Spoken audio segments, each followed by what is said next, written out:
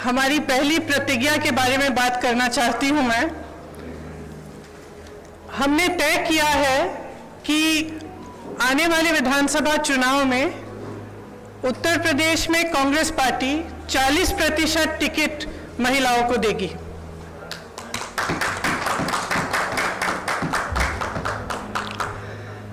हमारी प्रतिज्ञा है कि महिलाएं उत्तर प्रदेश की राजनीति में पूरी तरह से भागीदार होंगी।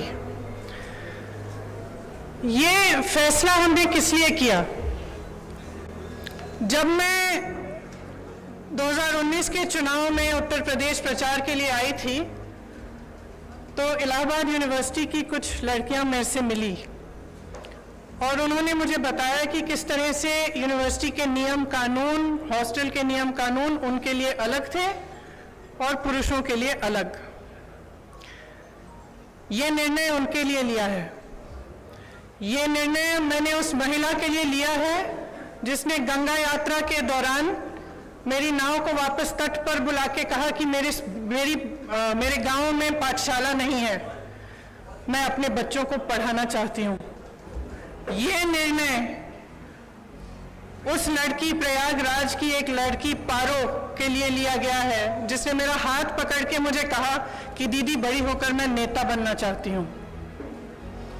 ये निर्णय उसके लिए है। ये निर्णय चंदौली में जो शहीद एयरफोर्स के पायलट हैं उनकी बहन वैष्णवी के लिए है, जिसने मुझे कहा कि उनके भाई शहीद हो गए हैं लेकिन वो पायलट बनना चाहती है।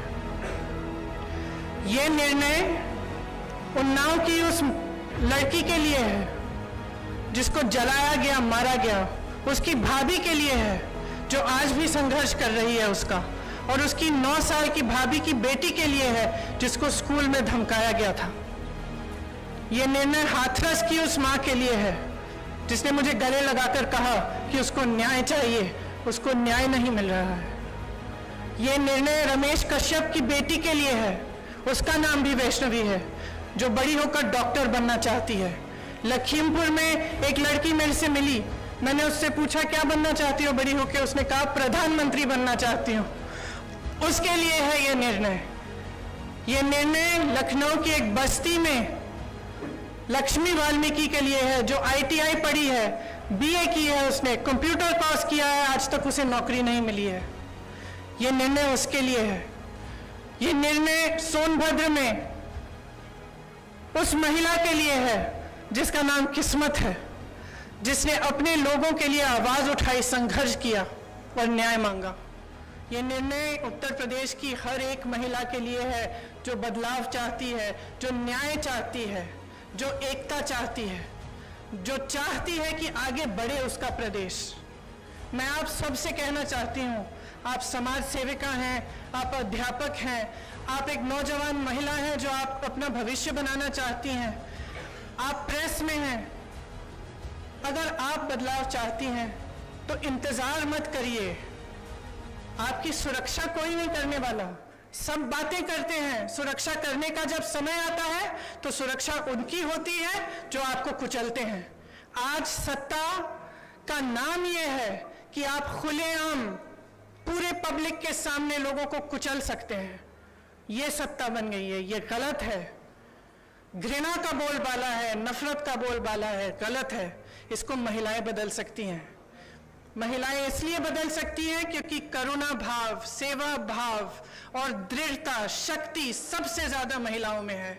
मैं आपसे कहना चाहती हूँ, राजनीति में आओ, मुझसे कंधा से कंधा मिलाओ। मैं जानती हूँ कि आपके संघर्ष क्या है। मेरी प्रेस की सहेलियां यहाँ हैं, मैं जानती हूँ, मैं आपको देखती हूँ सुबह से शाम तक आप कैसे दौड़ती हैं, किन परिस्थितियों में। जब सीतापुर में बीच रात में अंधेरा था, मुझे घेर लिया पुलिसकर्मी ने, महिला पुलिसकर्मी थी, मुझे घेरा, मुझसे लड़ी, मैं भी भिड़ गई उनसे। उसके बाद मुझे उन्होंने जीप में बिठाया और अंधेरी रात में सिर्फ मैं, वो दोनों और 2 कांस्टेबल मुझे सीतापुर के PSC कंपाउंड में ले गए। एक का नाम मधु था, एक का नाम पूजा। ये निर्णय उनके लिए भी है क्योंकि मैं समझी कि 4 बजे सुबह तक ड्यूटी पे थी।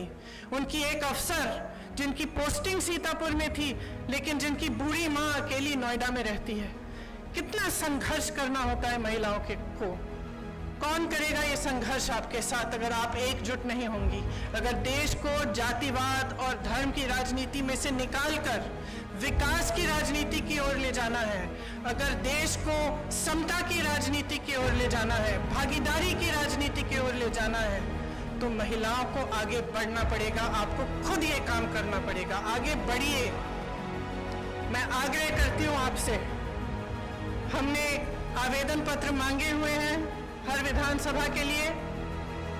ये अगले महीने की 15 तारीख तक खुला रहेगा, खास तौर से मेरी बहनों के लिए।